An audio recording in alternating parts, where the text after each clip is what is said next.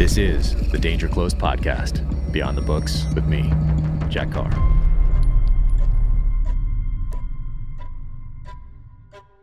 Welcome to the Danger Close podcast, an Ironclad original presented by Sig Sauer. My guest today is the amazing Mark Billy Billingham. You might know him from the series SAS, Who Dares Wins.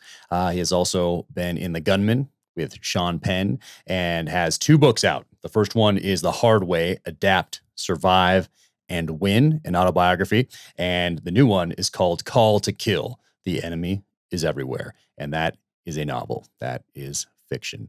But those of you who know me know I've been long fascinated by the SAS, their history, their lessons. And Billy Billingham, he started out in the Parachute Regiment and then went into the SAS, serving in Iraq, serving in Afghanistan, and other hotspots around the world. He's also a fellow sniper. We talk a little bit about that. And he's bodyguarded many high-profile clients to include Angelina Jolie and Brad Pitt. Amazing. If you like what you hear, be sure to leave a rating and review wherever you watch or listen to your podcasts. Now, without further ado, Billy Billingham.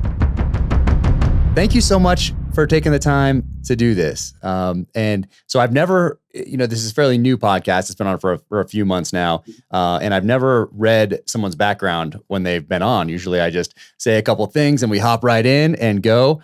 But yours, I'm going to read because this is so amazing, so impressive.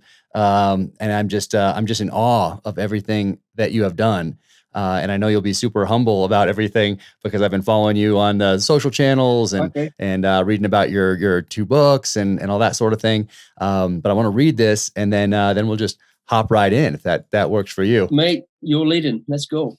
All right, let's do it. All right. So Billy joined the Parachute Regiment in 1983 and served until 1991, holding an array of positions, including patrol commander for operational tours in many worldwide locations, and also served as a training instructor for the regiment as a military specialist.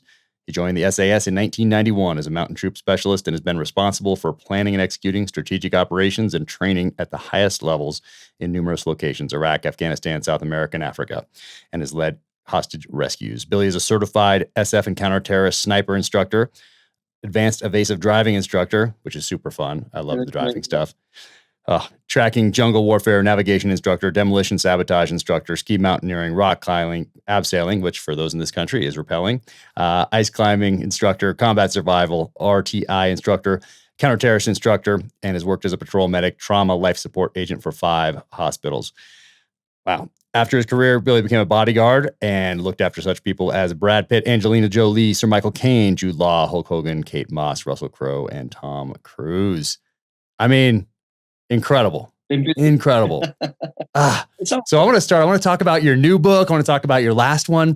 But I think the best place to start is kind of at the beginning. What drew you into the military and then into the SAS?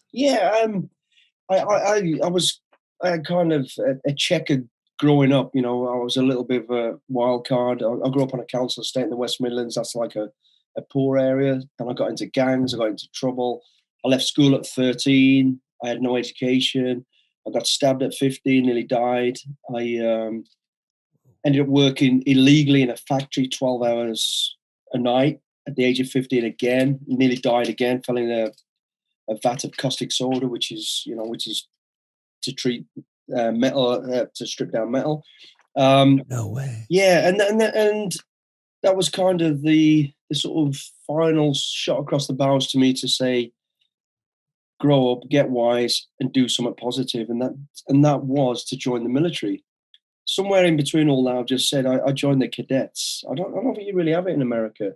And it's like, we have like Boy Scouts and there's the Sea Cadets, and I think there's Air Cadets and things like that. But I think yours is a little bit different, but similar. It follows the normal army, but for kids. But you get treated the same, believe it or not. You get, if you step out of line, you get a slap. If you do something wrong, it's always quite sort of heavily disciplined in the old-fashioned way, or it was back then. So when I went into that cadets at a young age, I realized, wow, this is what I need. I need discipline. I need something to keep me on the straight and narrow. So anyway, after 15, going through all those trauma and all those problems, I applied to join the military at the age of 16, and I didn't get in because after being stabbed, I had this accident working in this factory, and it delayed me because of the injuries I had to my legs. And I then eventually joined the parachute regiment in 1983. So just after the Falklands War of 1982. And after the Falklands War, all the guys who'd been there had come back to the cadet unit. And I remember listening to all their stories and thinking, wow, because I wanted to be a Marine. I was a Marine cadet, and it made sense for me to go that direction. But I listened to everybody's story, and I was listening to a paratrooper who'd been shot twice on Mount Longdon. And I was thinking, wow, I just loved the rawness of his story and his life and the way the parachute regiment seemed to be. And it just felt more, for me, for my upbringing, that was the direction I wanted to go. Hence the reason I then joined the parachute regiment. And I joined at 17, probably similar to what you did. You can do a delayed entry in the United States. You have to have your parents sign at age 17. Oh, really? So you couldn't join at 16. That's amazing that you guys could do something at 16 that set you on that path. For us, I believe it's 17, and then you can't go in. It's called the delayed entry program, and then you can go in when you're actually 18, usually right after you graduate high school. But you could sign up at 16. Yeah. You can sign up at 16. You go into what they call junior leaders. It's like, it's full on, but you're not allowed to go on operations until you're 17, which is at the ripe old age of 17. They wanted to hold off. Exactly. So at 17, you can. So you kind of classed as an adult by then. So I joined as an adult and then went through all basic training, parachute regiment training, airborne division unit. And I remember turning up and thinking, as a young kid there, I had so many reasons to be there. One, I wanted to make something of myself, be somebody. Secondly, I did not want to go back to the lifestyle I had, because I probably wouldn't be speaking to you right now, if I'm honest. Yeah. So I had to get away from the regime and the lifestyle I had and make something of myself. And when I joined, I remember looking down the line of people. There was 70 of us, 70, all joined. And I was the youngest and the skinniest. And I looked down the line and people had big hairy chests and tattoos. And I remember thinking, what the fuck am I doing here? I've got no chance, But then as time went by, the line got smaller and I was still there. And I was thinking, wow, the guy with the big muscles and the tattoos is gone and I'm still here. Yep. So I grew in confidence. You know exactly what I'm talking about. And it was a boost to me. It was like, wow, not only did I need to be there, I started to feel like I should be there. I have a right to be here. And as the time went by and by and by, I went all the way through. And out of 70 that started, 7 of us finished, 7 originals. And wow. And I actually became what they call the champion recruit, which was the number one recruit, which was something I never dream of ever doing. All I wanted to do was get to the end and have a job and get out of my hometown of Walsall and be someone. But the beauty of where I was at that time, all the instructors had all been to war. They'd been to conflict. They'd been to Northern Ireland, so they'd done with terrorism and all that sort of stuff. But then they'd also been to proper combat, hand-to-hand combat in the Falklands War. And so they knew what they were talking about. And I think at that very time then, coming from the background I had, I used to think I was a tough guy and I was this, I was somebody, but then I realized actually I'm a nobody. I'm a small fish in a big pond. These are the big fish. These are good people. And I thought that's where I want to be. And it just gave me that rocket and that fire in my heart to be there. So, yeah. Yeah, very similar to my experience when I got to BUDS, to SEAL training, and I was in line there. It was the same thing. We had, I think, 206 started, but I looked down that same line and I saw they got huge guys that were huge, and then we'd go on these runs. And guys, I was a pretty good runner, so I was up there near the front, but not in the very front. And then same thing on the obstacle course. These guys are flying through this thing, and I'm, a little over middle of the pack. I'm up there, but I'm not, in the very front. And same thing on the swims. But then Hell Week starts. And Hell Week, first couple hours, those biggest, strongest, mostly the loudest, though, guys were just coming off that beach, coming out of that surf zone, ringing that bell 3 times and quitting. And people would see them quit and go for it. And I was in that. And a lot of the people in the surf zone next to me would say, come back, don't quit. Yelling at them because you know where they're going, because you have that bell that's right there. It's we put it on in the trailer hitch of a vehicle for Hell Week. So the whole week it's within sight. So we make it very easy to ring that thing. And I never said come back. I would be like, because that's the program working. and I loved it. And I felt the same way. And I think that's probably very similar to a lot of special operations units, military units. When the skinny kid shows up there and sees the biggest, strongest, loudest person quit, it gives you that boost. You almost take some of their power, and you're like, okay, I'm in the right place. Absolutely. This program is working. So that's no, I love that. And so for you, you knew you were going into the parachute regiment right away. You didn't go through something else like where you could have then gone to a few different areas depending on the needs of the military. You signed up to specifically go to parachute regiment. Yeah, and it's one of the only 3 units in the British military that has a selection process. You know, you can go into the engineers, you can go into the signals, you can any other unit, then go to the airborne unit. But I went directly to that. That's, you know, I wanted that challenge. I wanted to be that one of those sort of elite right from the start.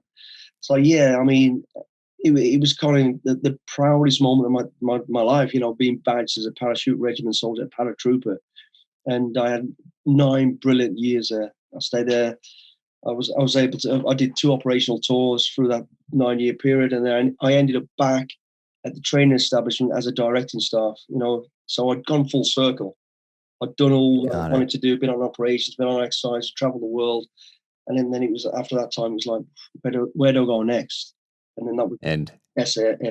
That was the SAS. Now, before you came in, did you know about the SAS? Because Princess Gate had happened a couple of years before you came in. Were you aware of them and who they were? Because they gained some notoriety by then, obviously, an incredible history in World War II. And so were you aware of who they were and that might be something that you would want to do later on? Yeah, I mean, I was aware of them, but that was not a driving force to go there initially. It wasn't like as soon as I got in the military, that's where I need to go. I just wanted to enjoy my journey and see where that took me, you know, start at the bottom of the pile and climbing up, becoming a, you know, lance corporal in charge of people and making operational decisions in the parachute regiment. And then it just reached the ceiling, really, and you become more aware of who the regiment are. You don't really know exactly where they are and what they're doing, but you've got a good idea. You know, anything that's strategically operational directed is going to be special forces as opposed to the normal infantry, which it was. So I thought, I need to go there. I want to challenge myself again. I'd done all my challenges. You know, I was 24 years old at the time, and I thought, where do I go next? There's the next. You know, it's like the Champions League, the top of the that's where I want to be. And I had a lot of friends that had gone before me. So I'd meet up with them every once a year, maybe, and have a beer and chat. And they never really tell me what they'd done, but I knew they were up to some good shit. And I thought, that's where I need to be. So that was my next sort of goal. That's where I need to at least try. Yeah. It was about, you know, 1, I wanted to do the job, of course, but 2, a challenge for me. Can I do it? Just like when I joined the parachute, can I do it? Back then, I really needed to do it because I needed to get away from the lifestyle I had. But now, I was already established. It was more really for me to go, prove to me I can do this, and I wanted to do it, you know? So, oh yeah, no, exactly. Same, very similar for me. I mean, we all want to test ourselves. You know, we want to serve our country, but there's, I think for all of us, hey, we want to push ourselves, and if you go and are drawn towards special operations, that means that you want to push yourself and test yourself at the highest levels that you can find. And for you guys, did you, is there a selection of like a small selection, kind of like for us, we have to do some push-ups, some sit-ups, some pull-ups, a run, a swim, that sort of thing, take a couple of tests before we actually go to BUDS, to SEAL training. Do you have to do that, something like that, check a box before they say, okay, at least we know he's got this baseline before you go to SAS selection? No, you don't. It's you. The way it works, you volunteer to go. Your unit then looks at your commanding officer of the unit or your officer commanding of the unit, you know, which goes, okay, yeah, he's fit, he's, you know, intelligent enough, he's this. If you're a complete waste of time, you know, fucking big fat, can't be asked to do it. They're like, right, nah, you're not going to get you're not going to get even the chance to go. So you kind of, you personally select to say you want to go, you put in your request and they go, okay, yes. And then back in when I did it, there was a 2-year waiting list. So you could apply, but you come in and say, no, I need you for the next 2 years because we've got operation tours coming up. And if you're a good guy, it's like anything. You've been the manager of a big football team. You don't want to let your players go because they're better players. So that's the way they look at it. But they can't deny you. What they can do is defer you for 2 years. So there's no real pre-selection process. It's you volunteer, you go. And then Okay. that's it. You turn up on the date that they've said you can come. And I think when I started, there was 283 that started. Wow. And I think by day 2, we lost 83. Amazing. On the second day on the fan dance. And I mean, I know you know the process of what we go through, but for anybody out there that don't, we do these sort of what we call the hills, the mountainous phase, then we do the jungle phase, then we do the escape and evasion phase, and then the final counter terrorist, and then join your squadrons over a 6-month period. 6-month period. And is that, am I saying it right? The Brecon Beacons, is that how you say? Yeah. The Black Mountains. And that's, it's better known as Black Mountains, but yeah, the Brecon Beacons. Okay. It's famous or infamous, depends on which side. Depending if you've done it or not, I guess. Yeah. But a lot of patrolling, a lot of orienteering, map and compass work, getting from point A to point B with your ruck, making your times, doing all that sort of thing, and essentially put through something that you can also self-select out of very easily, I believe, and just find out who really wants to be there. Is that how that first phase goes? The first phase is it's all endurance. It's all about self-motivation. Well, the whole thing is self-motivation, but this is the first sort of step on the ladder where the ethos of the regiment is, as from a directing staff, you turn up on selection, and there's, for the first time in any military career, you don't get shouted at, you don't get screamed to go, catch up, do this. You get asked to do it. And for a lot of people, they can't handle that. You know, you've done 9-10 years in the normal military where, you know, you're getting dragged to the front if you're having a bad day, you get pushed, because you should do, it's teamwork.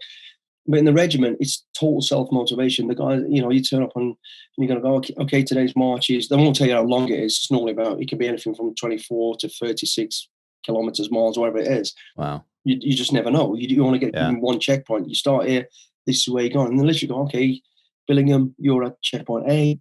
You're on the red route. You're going to go to checkpoint B. This is a grid. You work it out. You give your bearing. You tell the DS your bearing. He goes, okay, off you go. And they don't encourage you or discourage you. It's down to you. And that is, Jack, why most people, probably with your selection as well, is why they fail. Because, you know, for anybody, like we all have bad days, and you think, you know, if no one's there to drag you along, it's easy to go, fuck this, I'm done. I'm over this. And you can. And because no one's there pushing you, a lot of people do. They've never not been able to do it by themselves. They've had to be encouraged. And that's why so many people fail it. But the first phase over the mountains, as you say, it's 4 weeks. And that's just there really to whittle people down. Everybody thinks, like I did, that is selection. Once you get through the hills, get through the mountains, carrying that ruck, that house on your back and marching at speed and being able to navigate day and night and through the mist and whatever else. Once you get through that, that's it. And that's exactly what I thought. But it's not. That's not even the starting point, because, well, it is the starting point, because by the time you get to the end of that, you probably only got about 30 people left. And then broken down into smaller groups, and then you go to the jungle. The jungle is selection, and people don't realize that.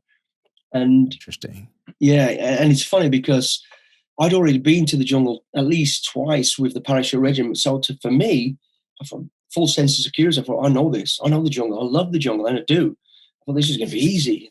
Fuck me, did I get caught out?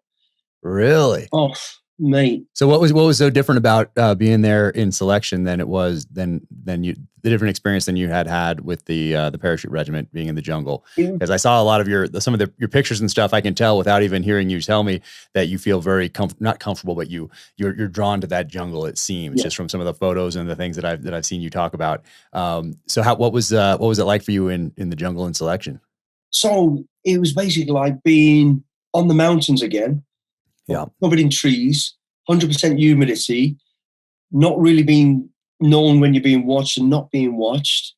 It was just a complete, mentally and physically, from day one to the end, just challenging. You know, you'd literally get told, and you know, and I know, you know, you get in the jungle, and I'd been there many times before. All of a sudden, it seemed more claustrophobic. It was more, you know, intense, covered in creatures all the time, and all the rest of it, and you're carrying the same amount of weight or even more than you were on the mountains, which for me, I thought, this is ludicrous. Why would I be carrying any more weight? You know, but you've got your radios, your DEMS kit, you got your specialist kit, blah, blah, and that weighs, you know, 80, probably 90, 100 pounds, which doesn't sound a lot right now, but when you can that day after day after day, and sleep deprivation, you're sweating all the time, so you're dehydrated. It's horrendous. And what you don't realize, or a lot of people won't realize, is under the canopy of the trees, people, and I did, I thought, well, pretty level. It's like that. It's the same as the mountains, it's up, it's down, and you are all day long. And it's hard. And there's nothing difficult about the soldiering. The hardest thing is navigation, of course, because you can literally walk 3 meters from your patrol, turn around. If they're not behind you, like, where do they go? And you're not allowed to start crashing and banging and shouting. It's all silent. It's all whispering. And you're like, where did I go? And if you get the wrong direction and start to go, oh my God, you're in a world of pain, because you can't bounce off a cross junction. You can't bounce off this. There ain't none. You might find a tributary, a water tributary, or a river junction, but they're few and far between. And you're like, wow. So I did. So it's the difficulties of the basic stuff, but made difficult because of the pressure you put yourself under, and you are under, because you never hardly see the DS, the directing staff. And I know this because I became a directing staff on selection as well. So I knew how to be in the right place, how to hide, how to watch people. And that's what it's all about. And that part of selection is really about, it's not about soldiering. We're not interested in soldiering there because it's basics. It's about you. It's about, who are you really?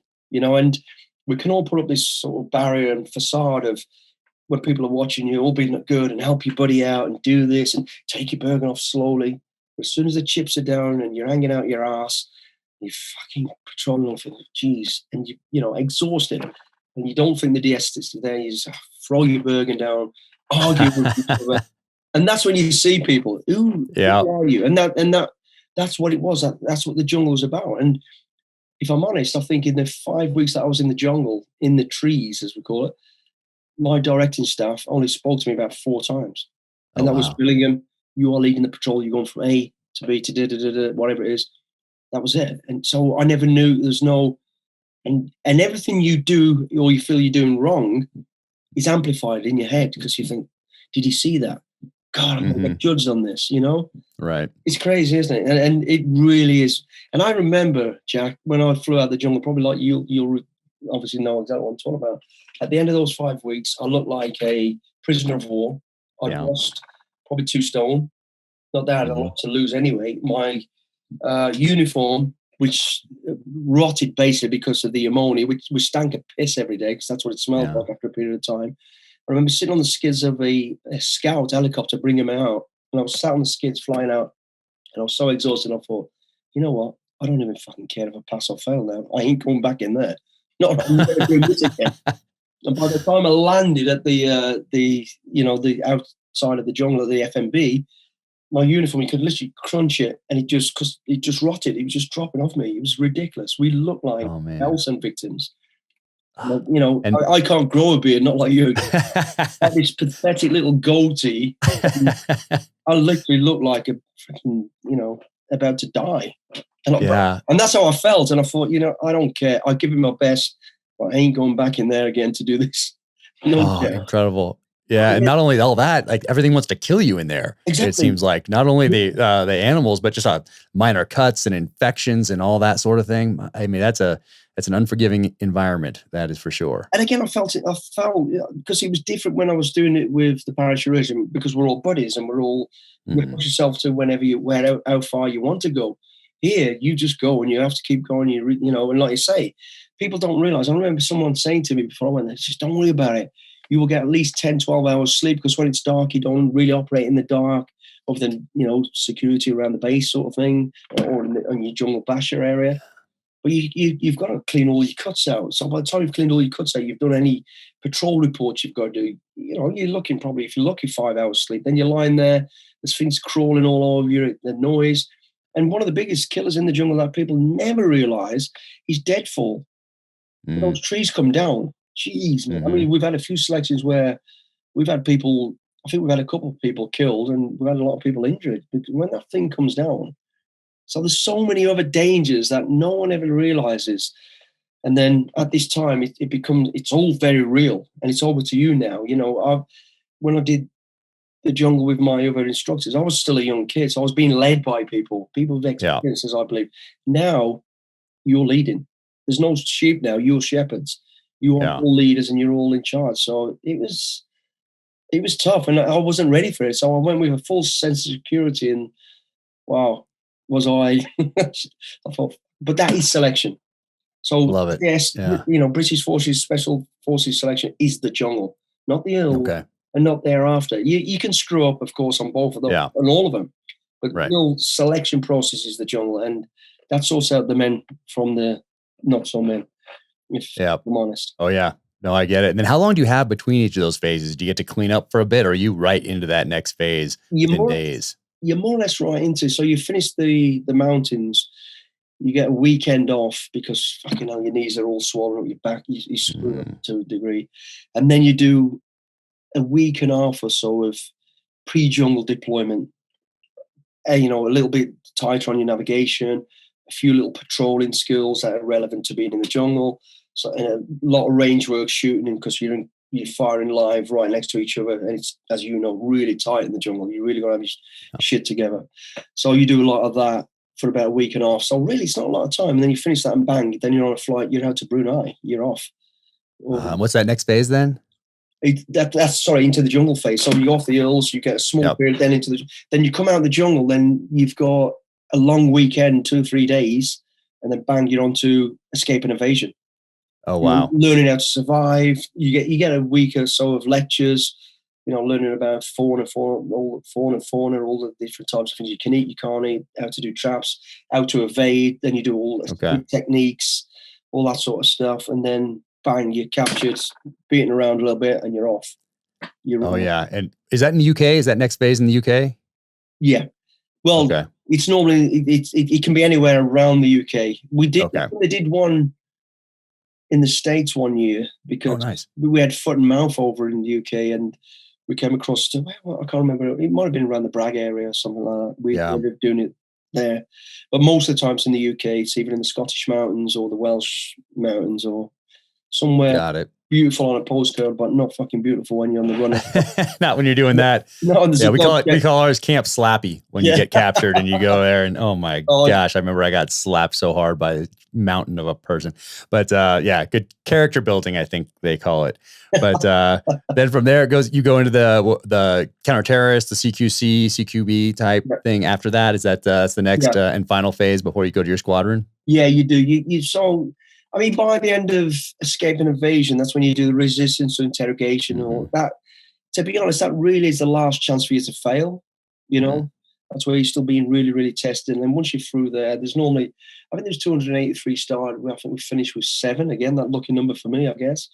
7 of us get to that final bit. And then it's just sort of counter-terrorist training, you know, the building repelling, explosive entry, closer CQB, hostage rescue, you get an insight to that. So you did 2 weeks or so of that. And then at the end of that, you then get badged. And it's no real military ceremony at all. It's whoever's left to go, okay, Billingham, you're going to be scoring, there's your berry, off you go. There's no well done. That's it. And you go. And that was it. And that was the end of the selection process. That's incredible. And what was the hardest part? Was it the jungle, or was there something specific in the jungle? If you had to look back and think of the hardest, either mentally, physically, mentally, what part of that training process was the hardest one, and what lessons did you draw from that as you went into your squadron? I think, the jungle was definitely the hardest. The escape and evasion, a lot of people struggled with escape and evasion and doing interrogation. To me, I wouldn't say I struggled with it. I didn't fucking enjoy it. And I just saw it as, I didn't see it as being real, you know, when you're in captivity, because I knew I wasn't going to die, because it's a training exercise. I knew it was uncomfortable, you know, doing stress positions and being L for so long. And it was really uncomfortable. I can see why people fail it, but I just thought it's just about, you know, digging deep, gritting your teeth, and just kept saying to myself, it's a passage in time. It will be over at some point, and I ain't going to die. It's as simple as that. But I think the biggest thing was the jungle. You know, I look back at the jungle, I think, you know, that was so mentally demanding, and I wasn't expecting it. You know, being on top of your shit, being able to navigate from the moment you step off that helicopter to the moment you step back on it 5 weeks later, you have to count every single pace, because it's all about bearing the pace. And you get lost with your patrol. You could go missing for weeks, and and then you're failed anyway. But it's real. So yeah, the jungle was the hardest phase. So when but when I joined the squadron, I was like, I got through selection, and I thought, what do I offer? These are all experienced guys. I've been in operations all over the globe. You don't even know what they've been doing.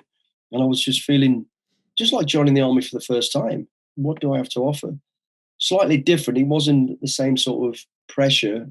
It was like, or was it? Maybe it was. I was like looking at these older, wild guys, and everybody's so friendly, and welcomed you in straight away. There's no initiation like when you first join the army. These are all older guys. And I remember looking around the squadron thinking, wow, this was not what I expected. Because if, like you guys, people go, oh yeah, think of SEAL Team 6, think of Delta, think of SAS, think of Special Forces. And everybody thinks 6'6", fucking V-shape. Yeah. And I remember getting to the squadron thinking, oh, these guys are going to be, and they weren't. They were little guys with pop bellies, bald heads. And I was thinking, how is this? Yeah. All shapes and sizes is my takeaway. Yeah. But put a rock on the back, mate, and you won't catch him or give him a task to doing the sharpness. And then I realized the beauty of the Special Forces world. It's not about image. It's about what's in your mind and going that little bit further and who you really are, Yeah. I was in a room or a squadron full of people who were special people in different ways, And I remember a big fat guy one day, as he looked to me, he was, hey, fancy going for a run? I thought, yeah, I'll kick your ass, mate, no problem. Fucking hell, I don't think I only saw the souls of his AK. I was like, where did that come from? Yeah. Amazing people. Our world is different, isn't it? And it's, when people go, oh yeah, special, there's something special about it. And I thought, we're not special, but actually we are in many ways. We think differently, we act differently. And, it's a unique world. And my first initiation into the squadron, looking around, it was exactly that. I was like, wow, who are these people? What are they? Yeah. No, we had all shapes and sizes. I remember some guys all night drinking, hadn't even slept. They'd get back and we'd go for a morning PT early on, and they'd put out their cigarette essentially to do the PT and then go on these runs, and they still crush you. Yeah. It was incredible. Just that, that mental fortitude. These guys were just tough. And you're stepping into this squadron with veterans of the Falklands War. You're with maybe some Princess Gate guys, Northern Ireland, maybe Oman even. Like these guys that had done these things in special operations and were the inheritors of such a legacy of special operations knowledge, wisdom, and now you're a part of that. Which is absolutely incredible. And at this point, you get to now jump into some of the things that were a little more fun. That driving, that was one of the most fun things that I've ever done in the SEAL teams, was the evasive driving courses. But that you're doing the sniper stuff, you're getting to do a whole slew of things now, or a whole new world maybe opens up. Is that right? Absolutely, mate. It was just that, So I turn up and, like I say, you sort of welcome straight away, and no one's really testing you. They're expecting you to have an input to anything that's going on. And like you just said there, these guys have been all over the place. There was even guys from Princess Gate, because my squadron did Princess Gate, P Squadron. And there's these guys who'd been on the Iranian embassy, did all this. And, so I was kind of a bit overwhelmed, thinking, wow, but they didn't give a shit about it. Yeah, it's just a job, let's move on. But then, then this new world opens up. 1 minute you're doing your sort of trauma, life support, medical course, whatever it is, 10 weeks. Then the next thing, I'm in the Royal London Hospital acting as a doctor, literally flying down the middle of London High Street, Oxford Street, running down the road and saving people's lives just to get my qualification. Then back to the squadron. Then we'd be off to some foreign country somewhere for 2 or 3 weeks to apprehend or hostage release or whatever we're doing. Then you're back in Hereford again. And then I'm at the Old Lacey College learning how to use a chainsaw. And I'm like, where does this fit in? And doing all these crazy things, which you just wouldn't expect. Then I'm doing a language course. Then I'm doing a photography course. Because it fits into somewhere in a picture of somewhere we're going to be operating to have the knowledge and to be able to do these things. So it was just unbelievable, It was a new world, this absolute new world. And I think for over 12 months, I probably never even put a uniform on. I was working undercover and doing shit, and was like, fucking hell, this is crazy, but amazing, absolutely amazing. It was an absolute new world. I love it. I love it. And then at what point did you start doing the sniper stuff? And where's your guys' sniper school? Is it specific to SAS, or had you already done some things with the parachute regiment before then, or how did that work? No, I didn't do any sniper stuff with the parachute regiment. The first time I got into, we have our own sniper school within the SAS sort of unit. But what we do, one of the sort of, I wouldn't say equal, but a real good course is run by our Marines, our normal units. Mm-hmm. So you normally do the in-house one. We do a counter terrorist sniper course. We do the conventional warfare sniper course, and then somewhere down the line, if you get time, you go and do their course, the Marine course. So someone from an outside unit can look at you, and also they have different ideas, so you get the best of everything. So yeah, it was kind of really within the first sort of year and a half of being in the squadron. Then I became a sniper, counter-terrorist sniper initially. Yeah. So what were you using back then? What rifle, scope, setup? For the counter sniper stuff on the counter-terrorist team, I was using a Barrett. Believe it or not, for the anti-aircraft stuff, yeah. Nice.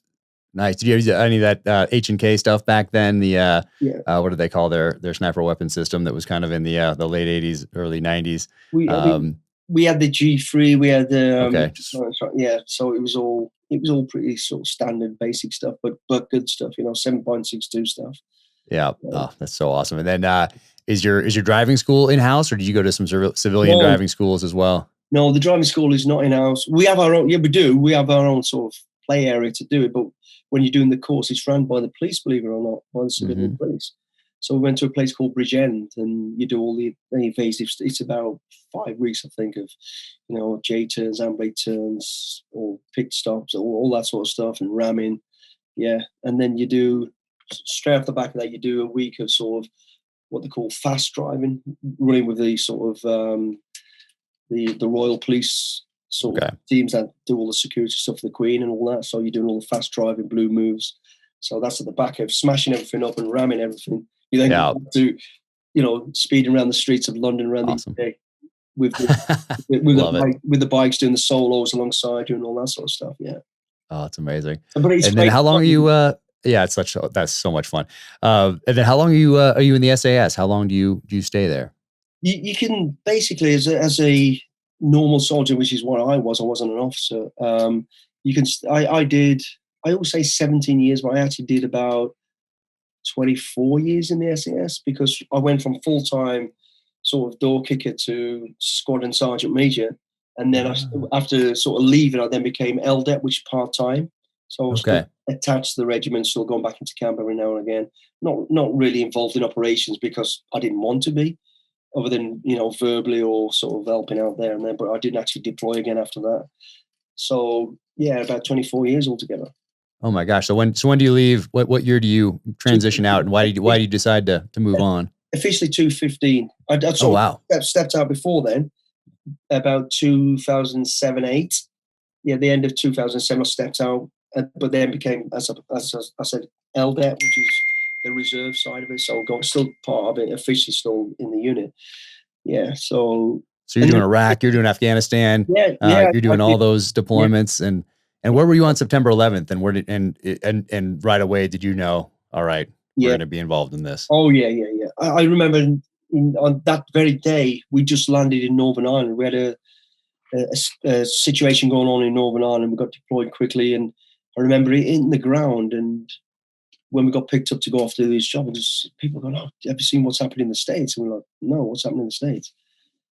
And the first plane had just gone into the towers, and so one of our guys is telling us about. They thought it was a mistake initially, didn't they? They were, oh yeah, someone's flew into one of the twin towers in New York. I went, So we then get back into the operation base, and it's almost live on TV. The second one happens, and we're like, what the fuck? And I think everybody just looked at each other and went, that ain't no mistake. Stand by. The world's about to change. And it did. Almost the day after, if you're honest, we all got put onto sort of readiness, be ready, this is what's going on.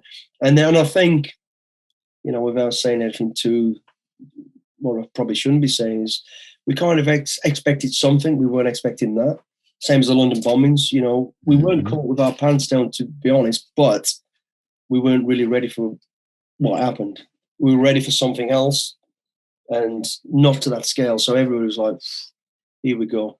This is, you know, the fucking tempo is going to step up.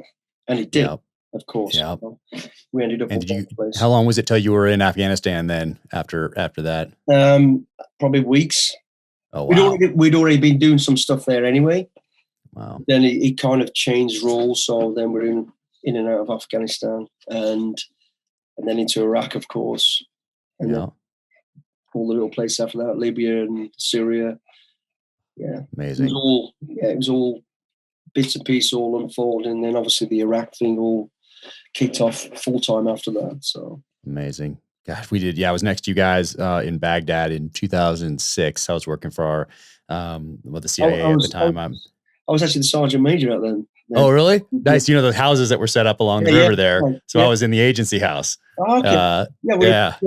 They were Saddam's daughter's houses, weren't they?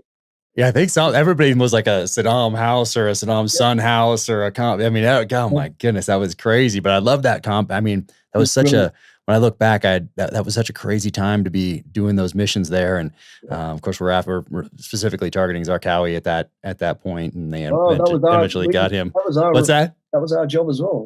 Yeah. Everybody along that river was focused on that, and they got him after I deployed home that summer. But I think it was you guys. Then it was we were there, and then Delta was there. I mean, it was such an amazing place. The helicopters are right out there, working out. Had that range, going out every night. On the far right hand side, wasn't it? Yep, it was so great running around that thing. I mean, I got in the best shape of my life because I was the only SEAL, only U.S. military attached to that unit. And for anybody in the military who has done something like that, been the only military person attached to something like that, it's pretty good.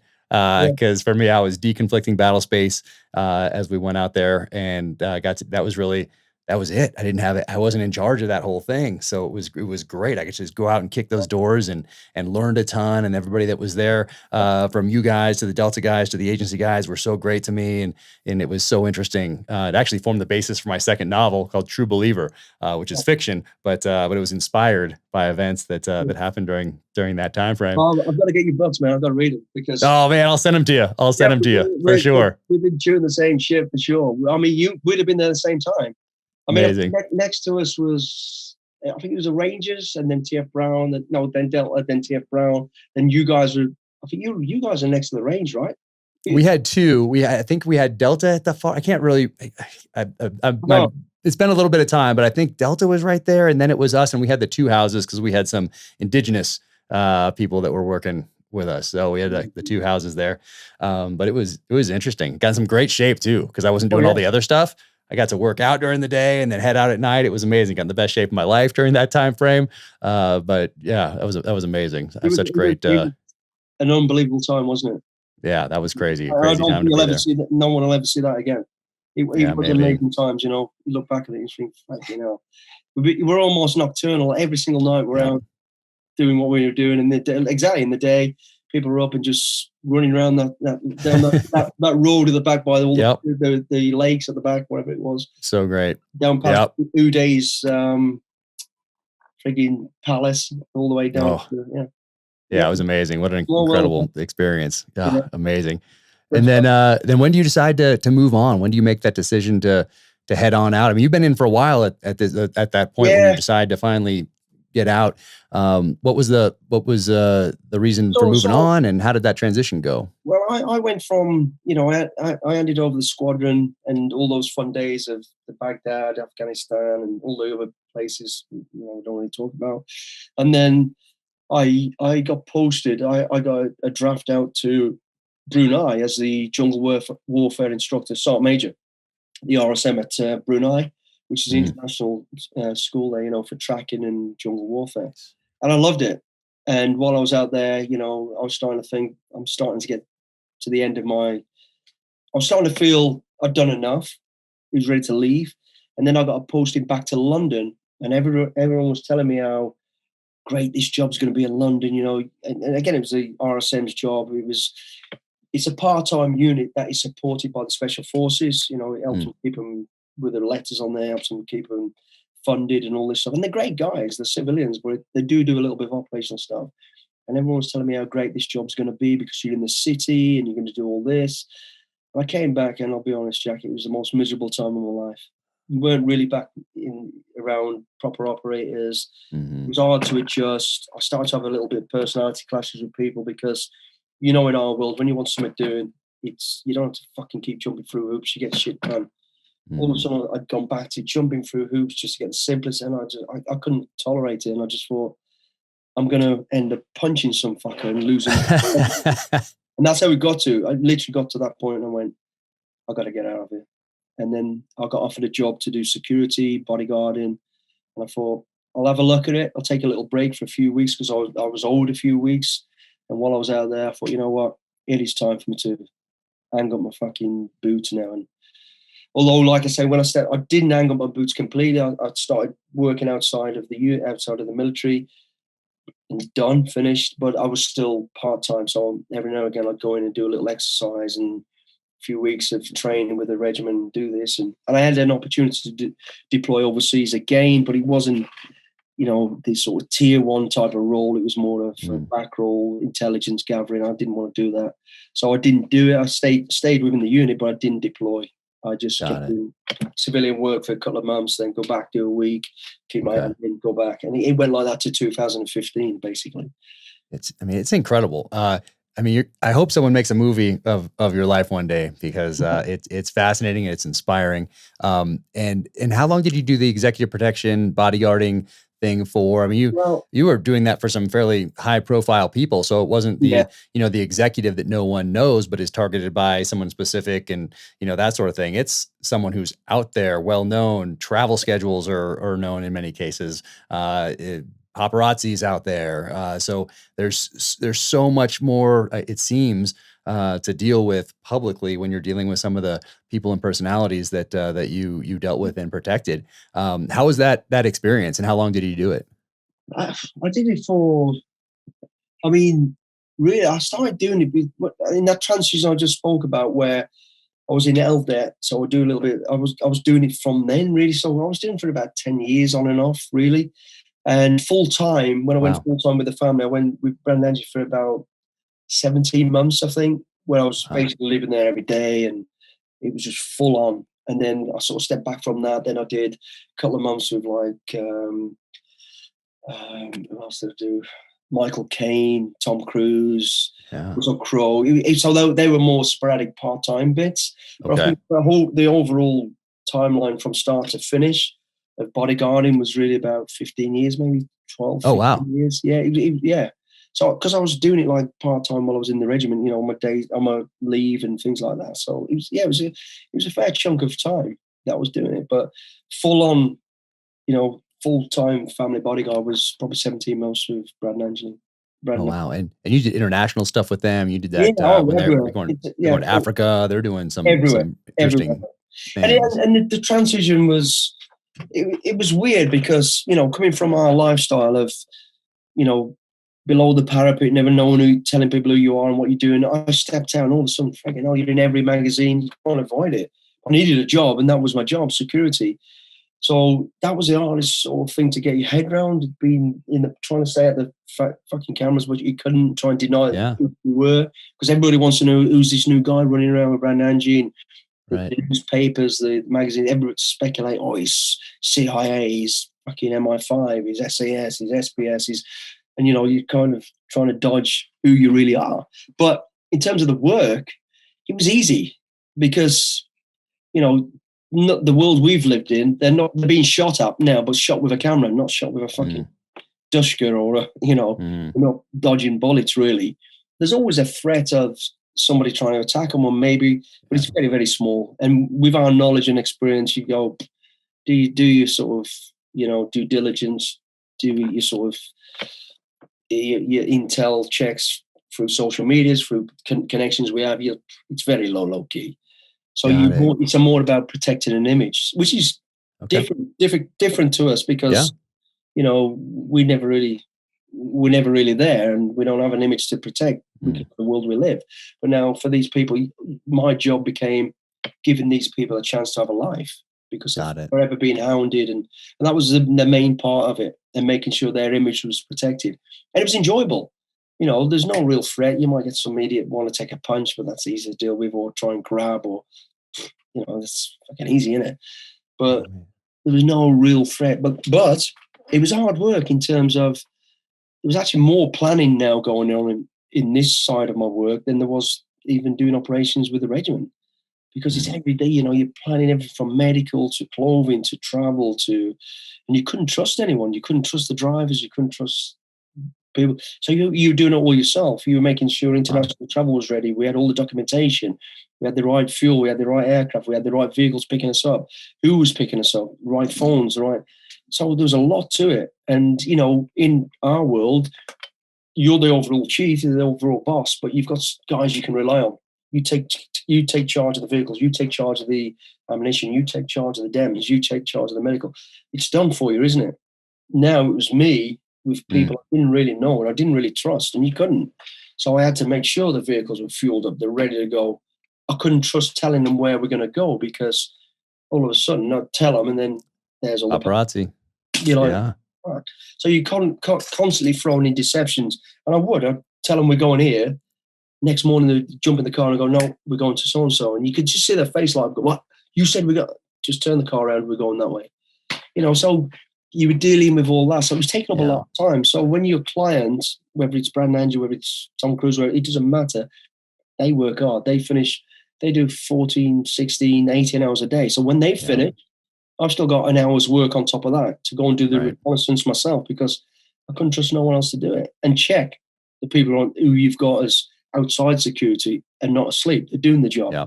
They're not on the fields. They're not fucking around. And it was hard work. It was enjoyable. It was great. The clients were very respectful, and it worked both ways. We had a real good relationship. Everybody I worked with, it was hard work. Not in the terms of what we know as.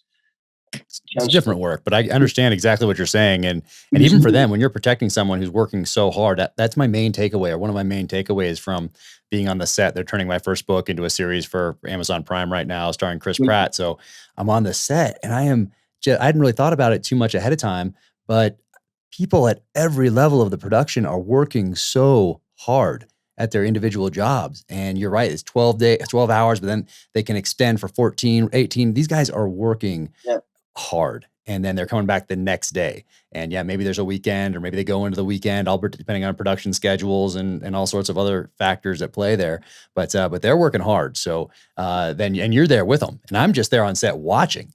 And at the end of the day, I've been exhausted, and I'm just sitting there watching. So I understand what you're saying there. But what do you think, being there on those sets with those actors, and did that kind of open your aperture a little bit to becoming more comfortable in front of the camera? That maybe led to, you did the gunman? I think you were in that movie in front of the camera then at that point. So now you're the guy that's on film, and then later into SAS, Who Dares Wins, and all that sort of thing. Was that the starting point for some of that?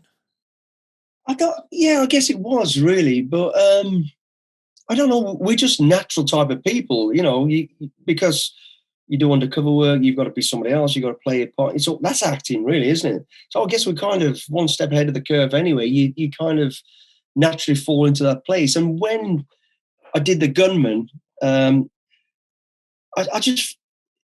didn't like it. It was repeating something, film from this side, film from that side. Right.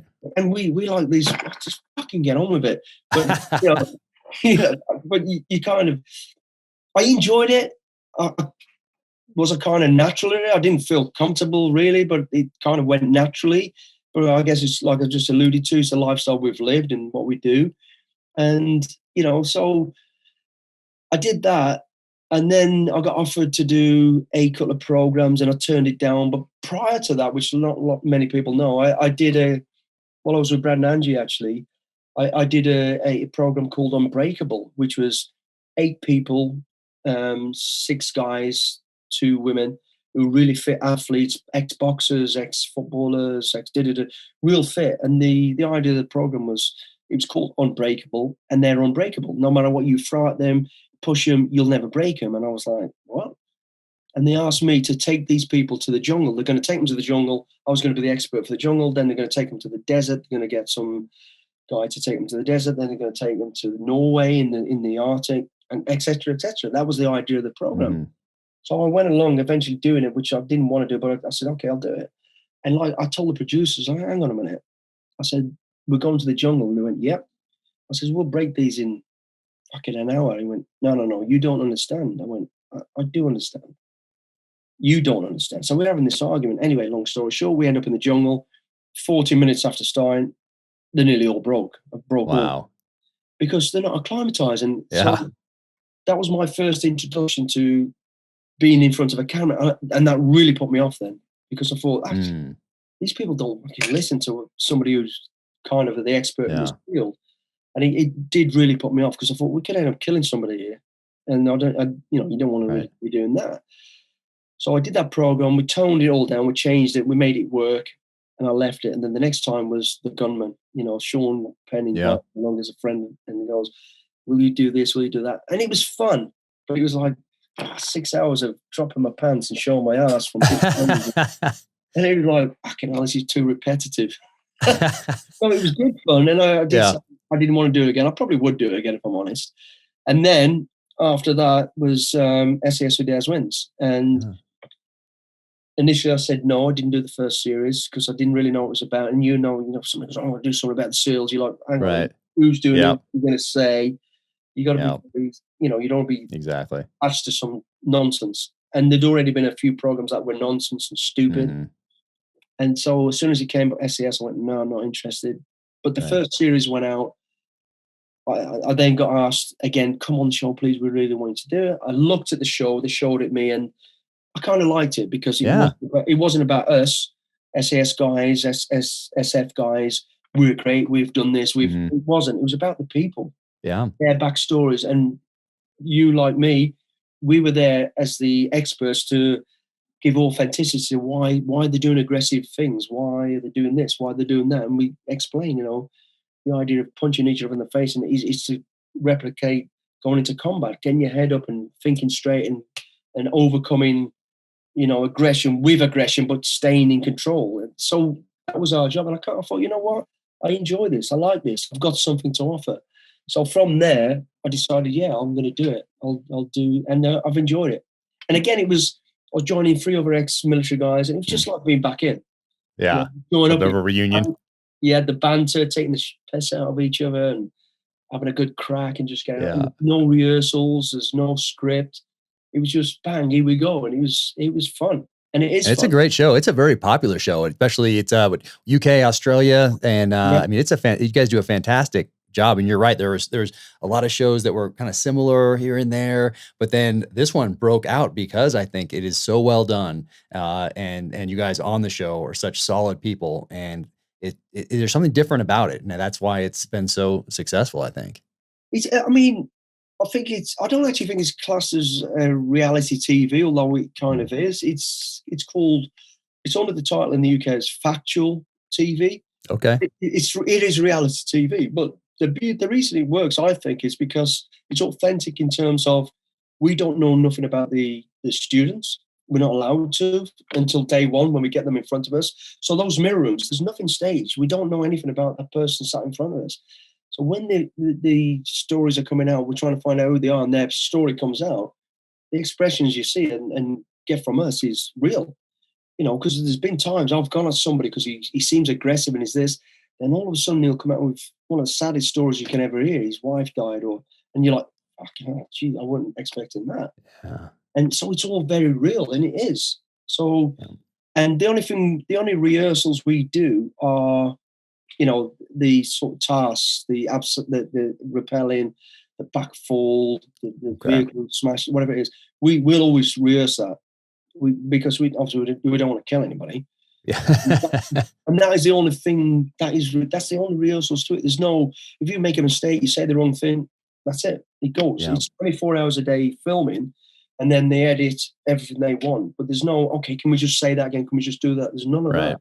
It's just bang, it's real. It's just like you and I being on a task, a course, training people. It is what it is.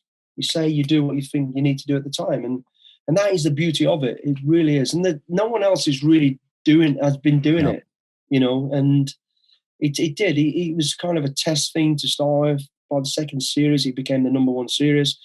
Bang, bang, bang. And it's gone crazy. Yeah. And the audience, believe it or not, the audience, male, female, from sort of young kids to 60, 70, 80-year-old people loving it.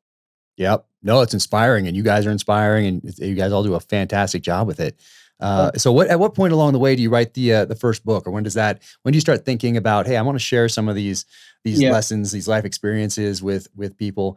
And I love it. I especially, not just for adults, but I think those kind of books, particularly the one like you've written, your first one, they're so inspiring. And for people out there that have so many distractions, particularly kids from, say, 6th grade up through our high school into college, there's so many other distractions out there that aren't healthy. For them to get a book like yours and go into that and hear your story, read your story. I mean, I think it's inspiring a lot of people to follow in your footsteps into the military. So when do you start thinking about doing that? Well, I mean, probably like yourself, after I left the military, a lot of friends would go, oh, man, you need to write a book. You need to write a book. And we find it uncomfortable because, what are people going to think about us? And what should I say? What should I not say? So there was that. So I got asked for a long time to do it, and I didn't want to do it. Then I thought about writing my memoirs anyway, for family, for my wife, for my children, and all that sort of stuff. Just so, anything ever happens, people go, oh, I didn't realize this, I didn't realize that, Yeah. And then after my father died, my father was pretty old fashioned, a wonderful guy, but he never really told me. He knew what I did. He never asked me, so I never really told him. And then after he died, I found out he knew more or less everything. Not everything, but he had paper clippings of news stuff that I was related to. There was this, there was that. I thought, wow, I wish I'd have fucking sat down and told him the stories, because I should. And I never got a chance to do it. And another time, I'd be out drinking and, my children would be there listening to the stories and go, hey, you never told us these stories. Why did you not? And then I thought, you know what? I'll do it. So I wrote it, my autobiography, but, I didn't. The hard way, it's called. Yeah, the hard way, yeah. I didn't put any of the real operational military stuff. Well, I didn't put anything in there because I didn't feel I needed to. It was more a journey of a child that is fucking naughty, which I was, goes rogue, gets back on track, goes rogue, gets back on track, and meets influential people, and they guide him to the right path. And like you say, people can relate to that in America, all around the world, because kids, this is what kids are like. They'll go rogue unless somebody with influence, a role model, puts them right. So that was the idea of writing it. And again, it was kind of great to do it and remember all my childhood and all the lessons learned. And, I wasn't proud of some of the things I did, but I thought it's important to tell it because somebody can learn from it. Yep. And also my family can go, oh yeah, I didn't realize this bit about you and this, that, and all that sort of stuff. So that was the reason for doing it. I'd been approached, and I didn't want to do it. And I just felt after my father died, and then, being asked by family members and the children, how come you haven't told us about this? Because they'd heard somebody else talking about what I'd done. I thought it's time to do it. And when I went through the process of it, I enjoyed it. Yeah. I really enjoyed it.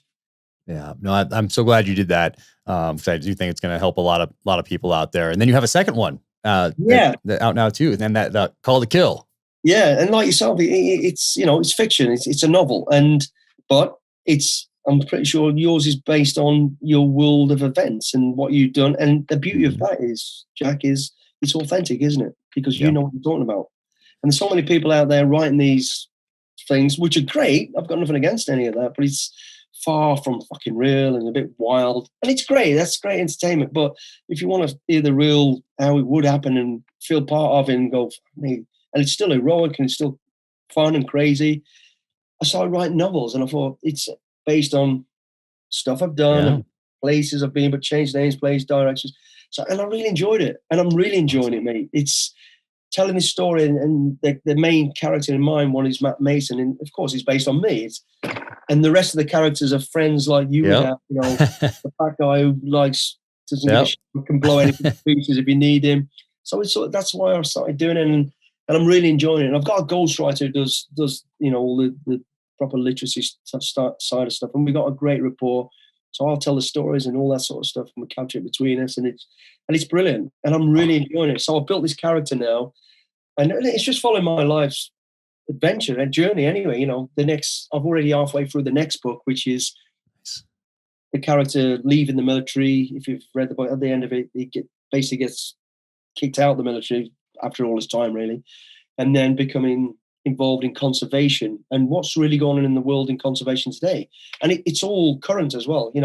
In the novel I've just finished, it involves Trump as he is in power, not in power. It talks about coronavirus, so it's all right up to date. And even now, as I'm writing the second one, the sequel to the one I've just done. It's based in Mozambique with what's going on, with all the stuff, the sort of ISIS fucking stuff going on out there. And so but I'm enjoying it. And again, based on what we know and authenticity, and that's it. No, I think that's why mine resonated with Simon & Schuster, because they see thousands of these things every year. And what I brought to mine, and I'm sure you brought to yours, is the feelings and emotions behind a lot of what we did downrange. So I can take, hey, what it was like to be a sniper in Ramadi at the height of the war. I don't have to interview somebody and say, hey, what was it like? And then take my notes. And then, of course, that's going through any filters and biases and life experiences that I have. And then I take that and apply it to a fictional narrative. So it's been like a game of secret where it's diluted, maybe changed here and there, and ends up in this narrative. I just go direct. I remember what it was like to go in and set up in these buildings or do the job or whatever it was. And then boom, it goes directly. And I think that's why that a lot of people that have had time in the military who go on and write fiction, why their novels resonate. And every so often on Instagram, when it's someone's birthday, Alistair McLean or whoever it is, Ian Fleming, I talk about these writers, and I go back and look at their histories, and I'm like, oh my gosh, look what this guy did in World War II, or look what this guy did in the intelligence services. I mean, Jean Le Carré, like all these guys that had these touch points in the military, and then took some of that experience and put it into these fictional narratives. So there's a history of doing that, and of people doing that very, very successfully. So I'm glad you're doing it. I'm very glad to hear that you're doing a second one. So that is absolutely fantastic. And I've been on your Instagram. You're doing these workouts that are attached to characters in the novel as well. Yeah. Is that right? Yeah, I've just done a week of because normally once your book goes out, you get a chance to go and do a tour and sign books as people buy the books. And we've not been able to do it because of the COVID thing and the restriction in travel. So I just did a fitness thing and just sort of introduced a character and the male and the females and all that sort of stuff. And just to get it out there so people understand who it is and what it's all about. And I love that idea. I've never seen anybody do that before. It was great. And of course I'm like, oh man, I got to get out and work out. Look at this guy. He's out there crushing it all the time. I'm like, I've been typing away and I need to. And I just got back from a sniper competition actually in Wyoming, just across the border here. And I got there and I'm looking around and I was like, oh my gosh, look how in shape everybody is. I need to get back after it here. And we did very well. I got paired up with Bullet Valentina, UFC fighter. And so we were a team together. So we ended up getting second, which was amazing. But oh my gosh, she put me in the dirt. She is in some great shape. And I need to get back after it here soon. But I love that. I love that idea. Yeah, it's funny you say that, Jack, because my wife, Jules, who you just met, she's sitting there laughing. I've been saying all this week, we just finished filming in Australia, and at the end of the film, you're back in shape, you're quite fit, because you're out there doing it. And since I've been back, all I've been doing is drinking and eating. And I was saying to, I'm getting, and she's been laughing about, how we're going to detox and get back into shape again. And well, the soccer game isn't going to help with that. This week, I don't think that really lends itself to working out and good sleep and nutrition. It sounds like it's beer and bar food, attached to that. But I want to be respectful of your time, but I love talking to you. It's so fantastic. Hope we can meet up in person one day. Yeah. So what's ahead for you? I know you have a charity that you're involved with. Yeah. And are you doing another series of another season of the show? And I know you have the book that you're working on right now, but what are you looking forward to in the future here? We've got another SAS Who Dares Wins UK version about us. We're about to do the recce for that in the next few weeks, and that'll probably get filmed around about September. We're not sure exactly in the world that's going to take place. It's outside of UK, I believe.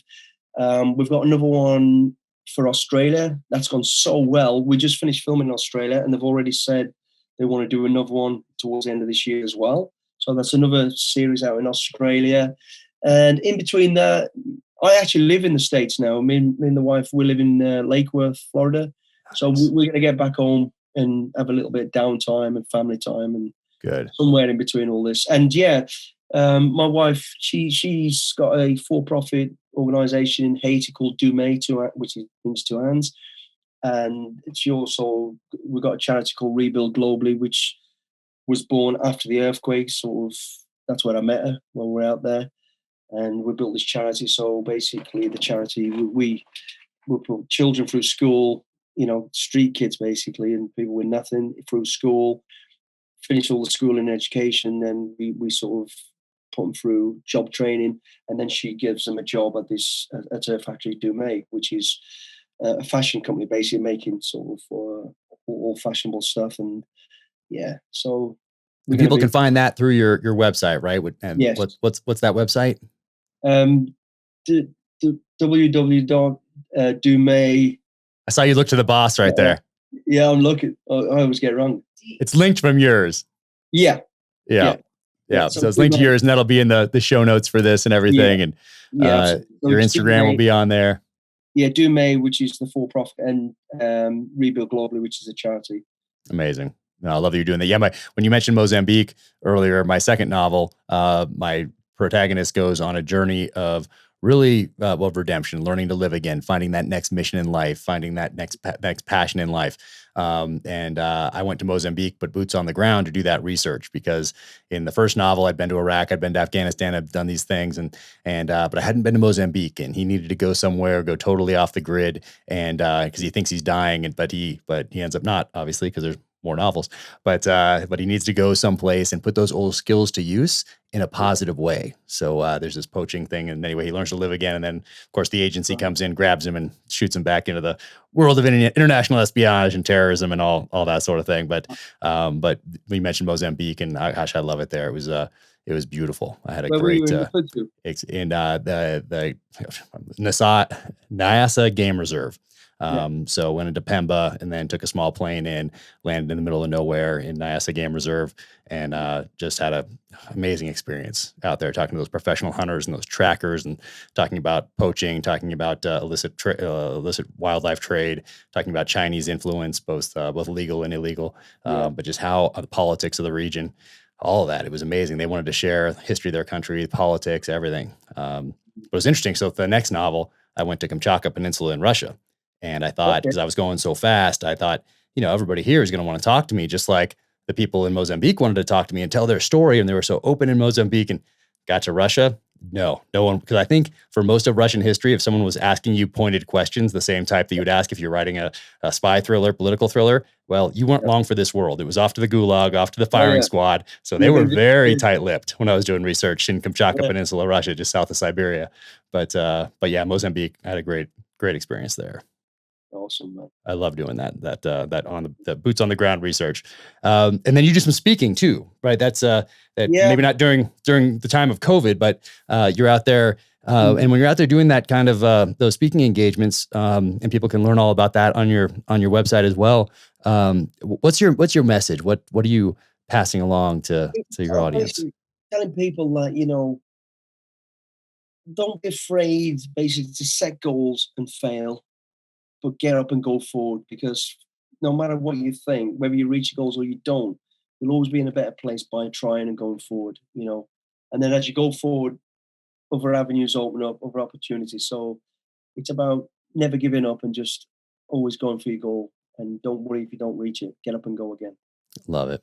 And, before I let you go, someone from the UK sent me this. They reached out on, I'll show it there we go. So they reached out on Instagram, and amazing. So this is from World War II, and it was in their family, and they wanted to send it to me. And I said, absolutely not. Don't send this to me. But they insisted, and they sent it. And I said, hey, if your kids, anyone in your family ever wants this back, then I will send it directly back, but it's amazing. And great gift, mate. Yeah, that's the original commando knife. Incredible. And it has there's something on the handle here, and I can't read it. So I'm going to get a magnifying glass out here at some point and, read exactly what it says here, but I can read what it says here on the leather, on the sheath here, and it has a place here. It says made in Sheffield, England. So that's stamped right here on the sheath. So yeah, that's pretty cool. I was amazed at how light it was. But for those listening or watching,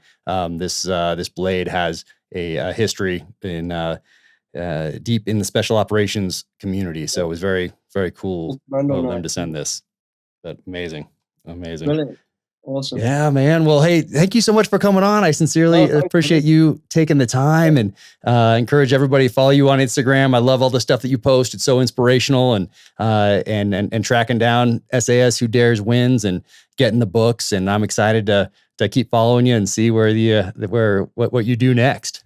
And likewise, Jack. And when we're over in the States, I'll let you know. Let's definitely get together. That would be amazing. Let's definitely do it. Let's grab a beer, mate. Yep, let's do it. Let's grab a drink for sure. That'd be so much fun. I'll do some working out between now and then, because I've been following your Instagram. You guys get after it out there. So I'm gonna go for a run here right after this. You inspired me just by jumping on the video conference call here. Well, I'm gonna go for a beer. So awesome. Wish I could join you, but we'll make that happen soon. Yeah. Take care, awesome. mate. Thanks so much. Take care. Today's Gear Highlight segment is brought to you by 10,000. Now, 10,000 is an athletic apparel company. They make, hands down, the best training workout shorts that I've ever worn. And I've worn quite a few over my time, both before the military, in the military, and today. I've been wearing their 7-inch tactical short, which is these ones right here, and their interval shorts that I'm wearing right now.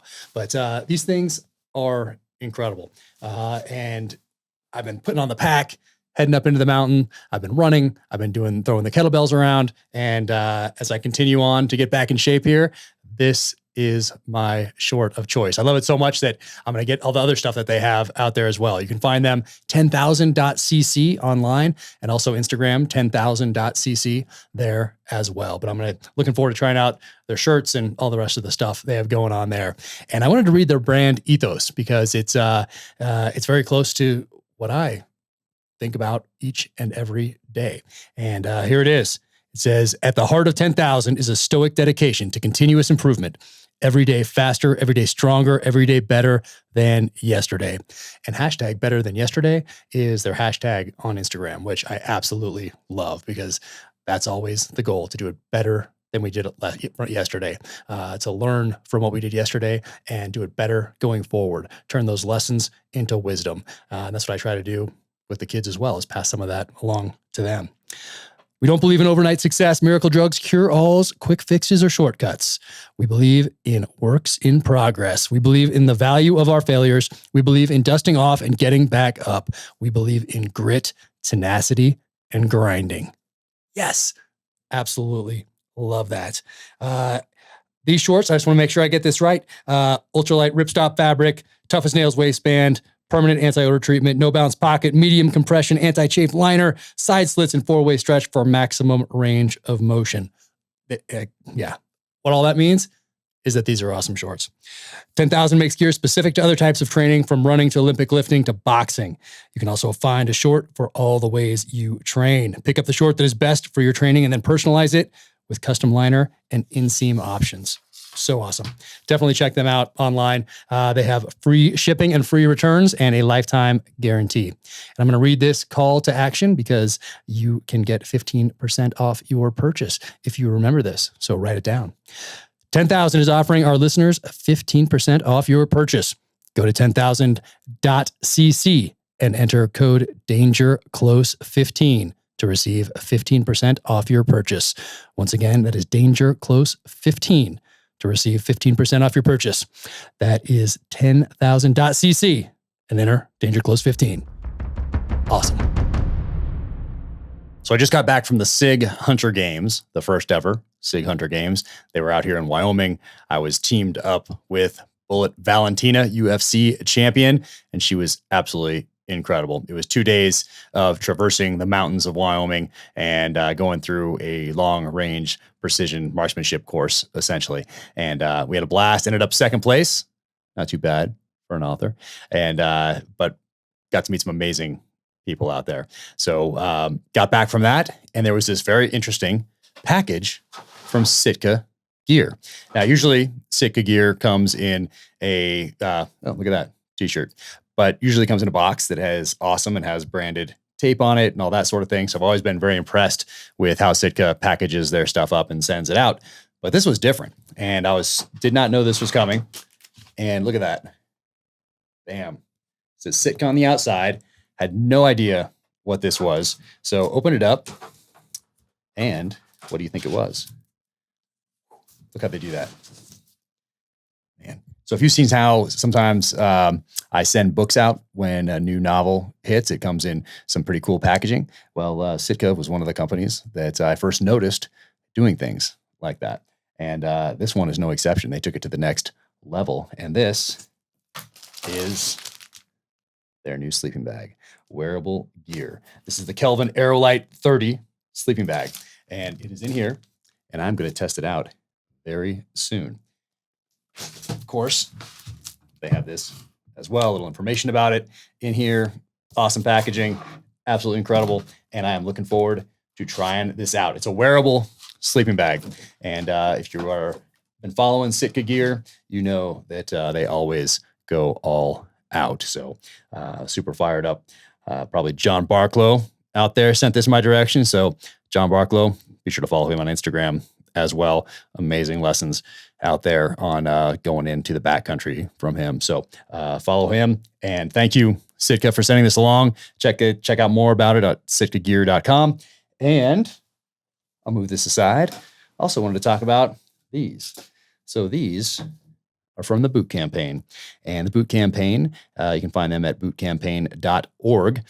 They help veterans that are dealing with traumatic brain injury, dealing with post-traumatic stress, dealing with that physical and emotional trauma of the battlefield. So these are the Black Rifle Coffee Edition Ultimas, and you can find this on the Boot Campaign website. And 100% of the proceeds from these boots go to helping veterans that are having trouble in the post-military part of their life, specifically from traumatic brain injury and post-traumatic stress. Thank you for tuning in to the Danger Close podcast, an Ironclad original presented by 6 Hour. If you like what you heard, please leave a 5-star rating and review wherever you get your podcasts, Apple, Spotify, or on the Jack Carr YouTube channel. To find out more about Mark Billy Billingham, be sure to visit his website at markbillybillingham.com, and that's MarkBillinghamBillingHam.com, or follow him on the social channels at Billingham229 Bravo. So that is at BILLINGHAM229 Bravo. And be sure to pick up both of his books, The Hard Way and the new one, Call to Kill. You can follow me at Jack Carr USA. Until the next time, stay strong out there. Keep fighting. And a special thank you to Schnees. I've been using Schnees boots for over a decade now. As you can tell, for these ones right here, just some of my favorites. These are the granites. I think every hunter should have a pair of these in their quiver. But these guys right here, these are the ones that I wear when I'm going into the backcountry and hope to come out heavier than when I went in. So right here, granites, awesome boot. Absolutely love these. You can see these have been worn quite a bit. These are some of my other favorites right here. So these are the Hunter 2s. I would wear these all day, every day if I could. But amazing boot. Love everything they have going on over there at Schnees. So be sure to check them out. I have some new boots now. I think I have 10 pair right now. My wife has a pair. And then I just got a couple new pairs. And right here, these are the Beartooth. I've wanted these for a while, so super excited about trying out the Beartooths. That'll happen this summer and fall. And then the Kestrels right here. So those are a couple new pairs that I have in the arsenal that I'm looking forward to checking out here soon. So if you haven't heard of Schnees, check them out online, check out their story, check out their Instagram. The boots they make in an Italian boot factory. So those are handmade in Italy. The only place you can get them is through Schnees directly to you. So you're getting more boot for your money. And every part of these things, you can just tell how much care and how much time, energy, and effort goes into these boots right here. And what's also great about Schnee's is that you can go visit them in Bozeman, or you can give them a call and tell them about where you're going to hunt, what you're doing, and they can make some recommendations for you right there on the phone. So Schnee's, thank you so much. And I'm going to read this part because you get 10% off. So I don't want to mess this part up. When you shop at Schnee's, and that is SCHNEES.com, make sure you use the promo code JACK21, JACK21. When you do, you'll save 10% off your pair of Schnee's boots and logo wear. These handmade hunting boots usually sell out fast, so grab your pair today. Take care of your feet. Don't compromise. Upgrade to Schnee's. Again, that's Schnee's, SCHNEES.com, and promo code JACK21.